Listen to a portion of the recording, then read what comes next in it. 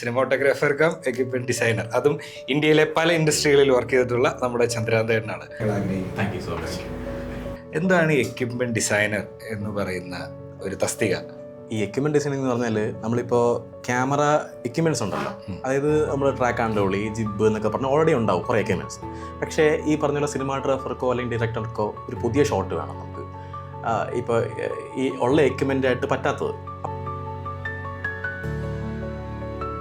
അപ്പോൾ നമ്മളൊരു 1 വീക്ക് കൊണ്ടാണ് ആ ഒരു ഡിസൈൻ ചെയ്തത്. അങ്ങനെ ചെയ്ത് എടുത്തതാണ് തല്ലുമല തിയേറ്റർ ഫൈറ്റ് സീക്വൻസ്. ക്യാമറകളുടെ വലിപ്പം ചെറുതായി വന്നപ്പോൾ നമുക്ക് അതിൻ്റെ ഓപ്ഷൻസ് കൂടി. ട്രാക്ക് ആൻഡ് റോളി പിന്നെ അതൊന്നും വെക്കാനുള്ള ഓപ്ഷൻസ് ഇല്ല. അപ്പോൾ നമ്മളൊരു ചെറിയ ട്രാക്ക് അതിന് വേണ്ടി ഡിസൈൻ ചെയ്ത് ആർട്ടിസ്റ്റ് മൂവ്മെൻറ്റ് വേണം. അപ്പം ചിലപ്പോൾ പുള്ളിയുടെ ഒരു ഇമോഷൻ ഇങ്ങനെയാണ്, അപ്പം ചാർജ് വേണമെന്ന് വെച്ച് കഴിഞ്ഞാൽ നമുക്ക് ചാർജ് ചെയ്യാൻ പറ്റും. എത്ര ഫാസ്റ്റിലാണ് പോകുന്നത്, ഒരു 5 സെക്കൻഡോ 4 സെക്കൻഡ് 3 സെക്കൻഡ് കൊണ്ട് ഇത് ഫുൾ കറങ്ങി വരും.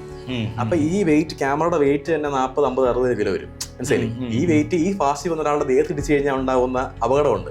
രാജീവന്റെ പടങ്ങളെല്ലാം നോക്കുകയാണെങ്കിൽ ഭയങ്കര സിമ്പിൾ ആയിരിക്കും, പക്ഷെ നമ്മൾ അതിൽ കോംപ്ലിക്കേഷൻ ഷോട്ട്സ് ഉണ്ടാവും. ലോകേഷ് കനകരാജ് എല്ലാവരും തല്ലുമലയായാലും മഞ്ഞുമലയായാലും എല്ലാം ശ്രദ്ധിക്കുന്നുണ്ട് ആൾക്കാർ ടെക്നിക്കലി. ഈ ആക്ടേഴ്സിന് ഏറ്റവും കൂടുതൽ തലവേദന നമ്മൾ കൊടുക്കുന്ന ഒരു സാധനമല്ലേ POV ഷോട്ടുകൾ? അതെങ്ങനെയാണ് അതിന്റെ ഒരു സെറ്റപ്പ്? POV shots 2